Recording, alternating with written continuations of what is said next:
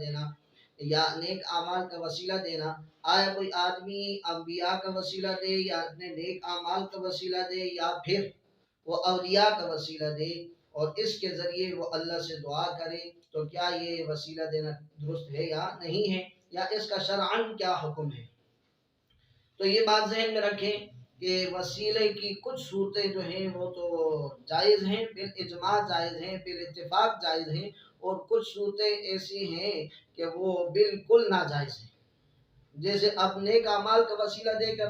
اللہ سے دعا مانگنا کہ یا اللہ میں نے فلاں وقت میں یہ عمل کیا تھا، اگر یہ خالص تیرے لیے تھا تو اس عمل کے صدقے سے مجھ سے یہ بلا کو دور کر دے، مصیبت کو دور کر دے، تکلیف کو دور کر دے، تو یہ بالکل ٹھیک ہے۔ اور امام بخاری رحمۃ اللہ علیہ تو مستقل ایک حدیث بھی لائے ہیں جو حدیث بالغار کے نام سے مشہور ہے، کہ وہ غار میں 3 لوگ پھنس چکے تھے، انہوں نے یہ دعا کی تھی اور اپنے اپنے عمل کا انہوں نے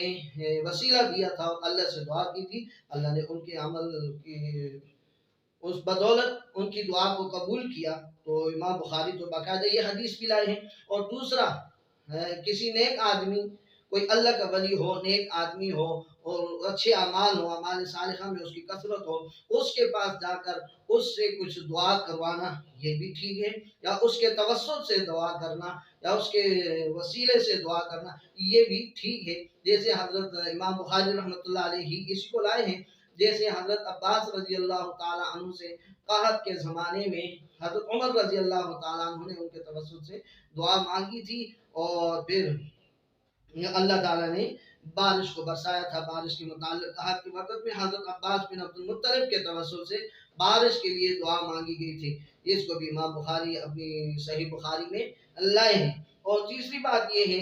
کہ جو لوگ نیک تھے، اللہ کے پاک صاحب بندے تھے، وہ اس دنیا سے چلے گئے، فوت ہو گئے ہیں، مر گئے ہیں، قبروں میں تشریف لے گئے ہیں، اس دنیا سے انتقال کر چکے ہیں، تو ان سے دعا جا کے ان کا وسیلہ استعمال کر کے ان کے توسط سے آپ دعا کرتے ہیں کہ یا اللہ یہ تیرا نیک بندہ تھا، تو اس کے ذریعے سے ہم پہ ہماری حالت پہ بھی رحم فرما۔ تو چونکہ نیک لوگوں سے محبت رکھنا، نیک بندوں سے محبت رکھنا یہ بھی اعمال بالصالحہ میں داخل ہے، تو کیونکہ ان کے ساتھ عقیدت محبت یہ خود ایک نیک عمل ہے، لہٰذا اس طرح کی دعا کرنا بھی یہ بھی بالکل ٹھیک ہے۔ ہاں، اگر یہ عقیدہ ہو، یہ ذہن میں بات ہو کہ اس کے وسیلہ دیں گے تو دعا قبول ہوگی، یا اس کا وسیلہ دیا جائے گا تو اللہ پہ دعا کو قبول کرنا لازم ہے، اللہ دعا قبول فرمائیں گے، وسیلہ نہیں دیں گے دعا قبول نہیں ہوگی، اگر ایسا عقیدہ رکھتے ہیں تو پھر یہ بالکل غلط ہے اور ناجائز ہے۔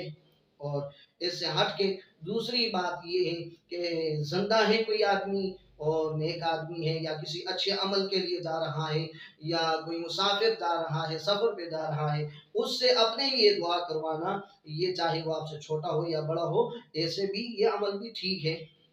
جیسے حضرت عمر رضی اللہ تعالیٰ عنہ سے رسول اللہ صلی اللہ علیہ وسلم نے کہا تھا جب وہ عمرے کے لیے جا رہا تھے کہ اے میرے بھائی ہمارے لیے بھی دعا کرنا، ہمیں بھی اپنی دعاؤں میں یاد رکھنا، یہ بھی بالکل کیا ہے، اچھا ہے اور ٹھیک عمل ہے۔ اور ہاں یہ ہے کہ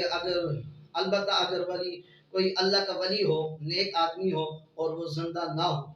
فوت ہو چکا ہو قبر، تو اس کی قبر پہ جا کر اس قسم کی دعا کرنا یا ایسی قسم کی درخواست کرنا کہ اللہ تیری سنتا ہے ہماری نہیں سنتا، تو جو اللہ سے دعا کرے گا اللہ اسی کو قبول کرے گا، تو ہی ہمارے لیے کچھ کر، تو یہ بات بالکل کیا ہے، غلط ہے، ٹھیک نہیں ہے۔ ہاں، روضہ رسول پہ اگر کوئی جا کے حاضر ہوتا ہے، وہاں دعا کرتا ہے، تو یہ ایک مستحسن عمل ہے، اچھا عمل ہے، اور بالاتفاق بالاجماع یہ عقیدہ بھی ہے مسلمانوں کا کہ رسول اللہ صلی اللہ علیہ وسلم اپنی قبر اطہر مبارک میں